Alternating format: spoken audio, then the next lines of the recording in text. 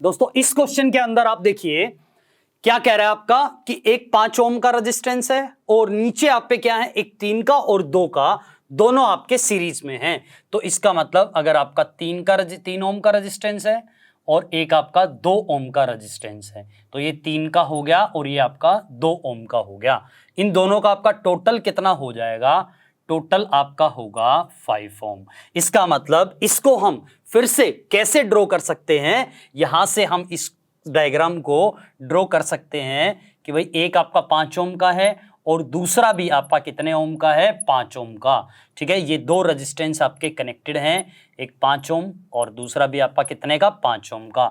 आगे कह रहा है कि आगे आपका क्या कनेक्ट है? एक एमीटर आपका कनेक्ट है और यहां पे दो सेल आप पे गिवन है। ठीक है, दोनों सेल सीरीज में है आपके। तो जब आपके सीरीज में होंगे तो हम सिंपल आपका क्या कर देते हैं? उनको ऐड कर देते हैं। तो 2 और 2 आप पे कितने हो जाएंगे? 4 हो जाएंगे। यानी कि यहां पे हम लिखेंगे ये आपका दे रहा है 4 वोल्ट। ठीक है, ये कॉम्बिनेशन आपका कितना वोल्ट दे रहा है? कितना पोटेंशियल डिफरेंस क्रिएट कर रहा है? 4 वोल्ट का आपका पोटेंशियल डिफरेंस क्रिएट कर रहा है। अब देखो इसमें हमने पैरेलल कॉम्बिनेशन के अंदर पढ़ा था लास्ट में कि जब भी दो सेम रेजिस्टेंस आप पे किस में हो जाएं? पैरेलल में हो जाएं। ठीक है, तो नेट जो आपका रेजिस्टेंस आता है यानी कि इक्विवेलेंट जो रेजिस्टेंस आता है वो उनका हाफ हो जाता है। तो इसका मतलब यहां पे आप पे कितने हैं? 5 और 5, यानी कि दोनों आपके सेम रेजिस्टेंस हैं, तो इन दोनों का क्या हो जाएगा? हाफ हो जाएगा। हम इसको करके भी देख सकते हैं भाई, आपका आर इक्विवेलेंट इन दोनों का कितना होगा? 5 × 5 divided by 5 + 5, this is equal to 25 divided by 10, this is equal to 2.5 ohm. ठीक है, तो इसको हम फिर से कैसे रीड्रॉ कर सकते हैं? इस डायग्राम को रीड्रॉ कर सकते हैं।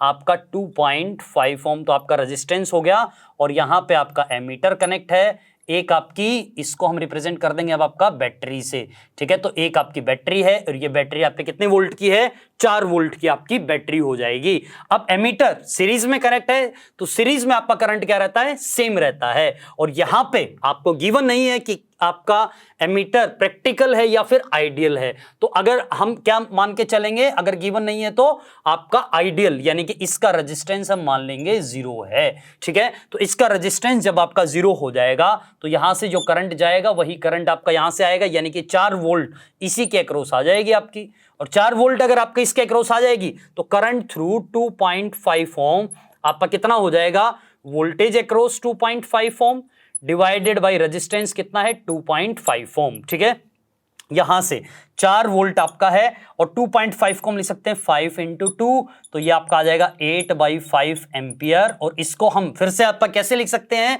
8/5 यानी कि 1.6 एम्पियर।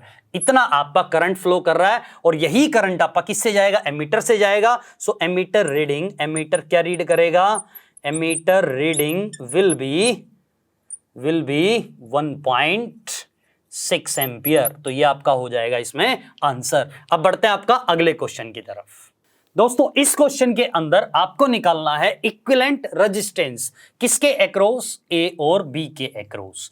यहां पे आपको ये रेजिस्टेंस बताना है क्या होगा। ठीक है, अब देखो यहां पे ए पॉइंट, यहां पे बी पॉइंट, ये मान लीजिए आपका सी पॉइंट है और ये मान लीजिए आपका डी पॉइंट है। ठीक है, अब सी और डी के बीच में आपका क्या क्या कनेक्ट है वो देखते हैं जरा। यहां पे 30 ओम का है, ये 20, 10 और 20, तो सी और डी के बीच में इस ब्रांच के अंदर देखो, इस ब्रांच के अंदर आपका क्या है?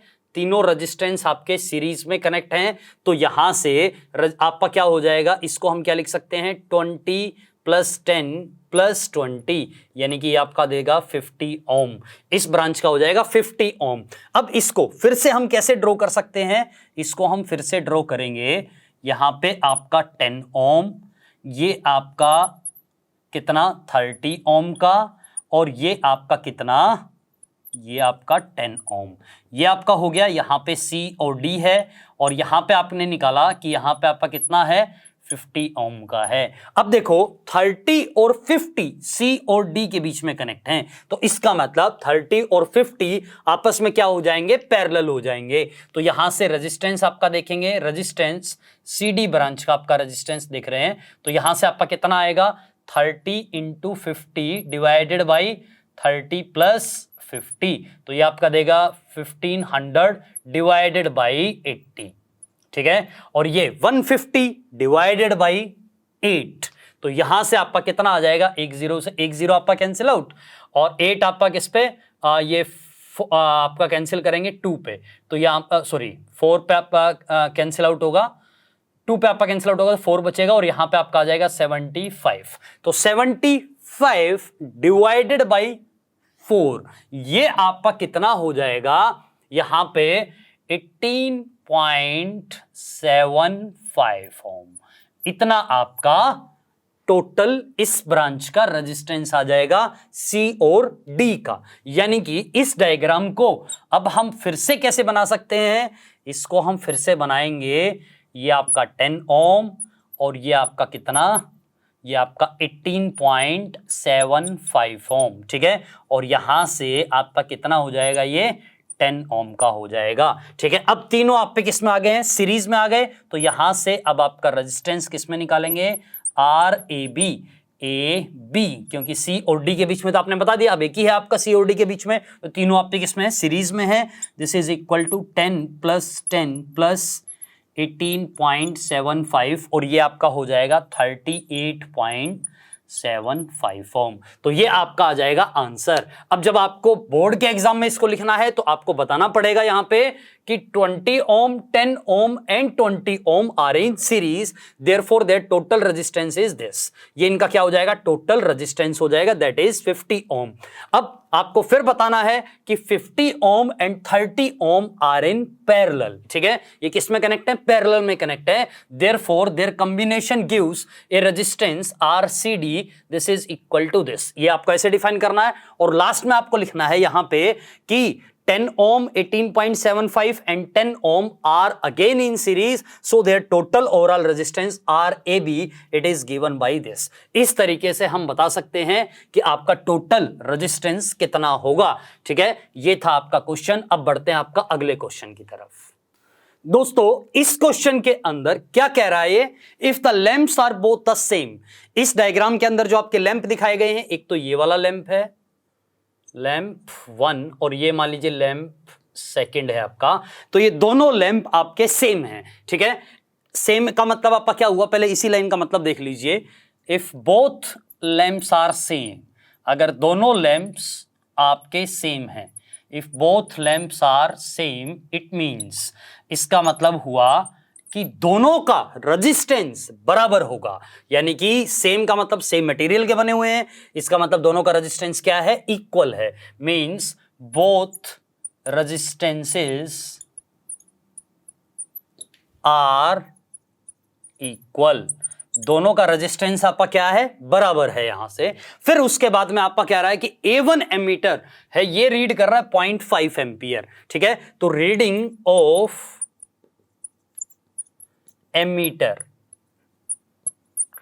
A1 कितनी है आपकी, 0.5 एम्पियर, ये आपका रीड कर रहा है कौन सा, एमीटर A1। अब इसके बाद में आपसे क्या ना पूछना चाह रहा है कि भाई बाकी के जो एमीटर हैं ये आपके क्या रीड करेंगे, तो यहां पे हम क्या करते हैं, ये आपकी सेकंड आपका नोन है, फिर आपका नेक्स्ट आपका लिखेंगे let A1 A2 A3 A4 and A5 ammeters are ideal in nature, ये आप पे किस नेचर के हैं, आइडियल नेचर के हैं, ठीक है, आइडियल नेचर के होंगे, इसका मतलब there is no voltage drop या no potential drop takes place, that is no मतलब जीरो पोटेंशियल ड्रॉप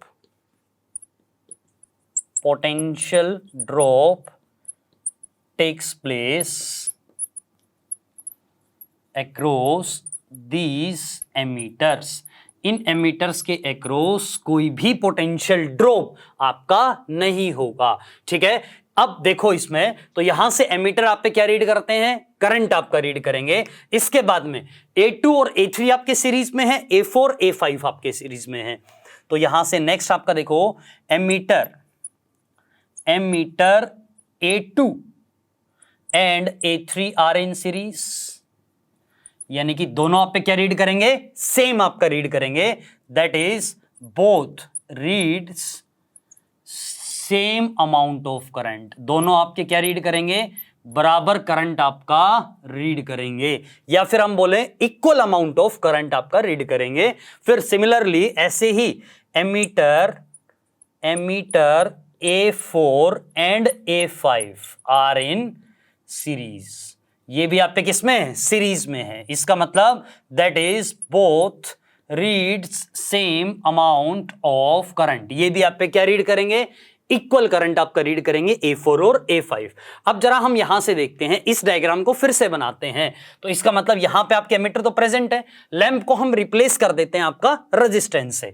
तो यहां से आपका देखो, इसको हम ऐसे बनाएंगे, मान लीजिए ये आपका एमीटर था, यहां पे एक रेजिस्टेंस है, यहां पे आपका दूसरा रेजिस्टेंस है, और यहां पे आपका है वोल्टेज V।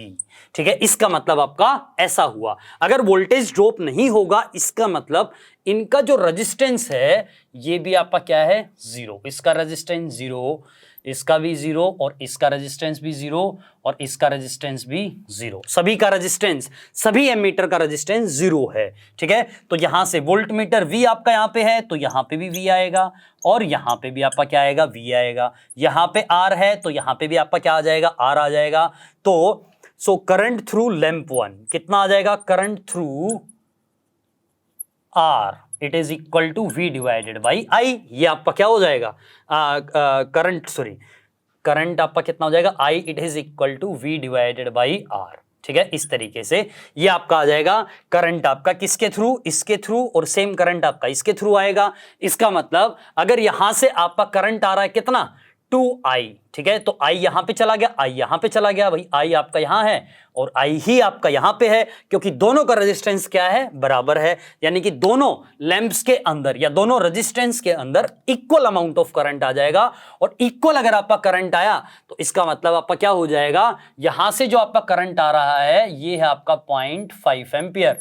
तो इसका मतलब यहां से आपका कितना करंट आएगा, 0.25 एम्पियर, और यहां से आपका कितना करंट आएगा, 0.25 एम्पियर। ये आपका हो जाएगा इसमें आंसर। इसका मतलब आपका what is the ammeter reading, ammeter A2 A3 reads 0.25 ampere, क्योंकि बिल्कुल आधा करंट आपका जाएगा, 2I है तो I यहां पे, I यहां पे, तो इसका मतलब आधा आपका 0.25।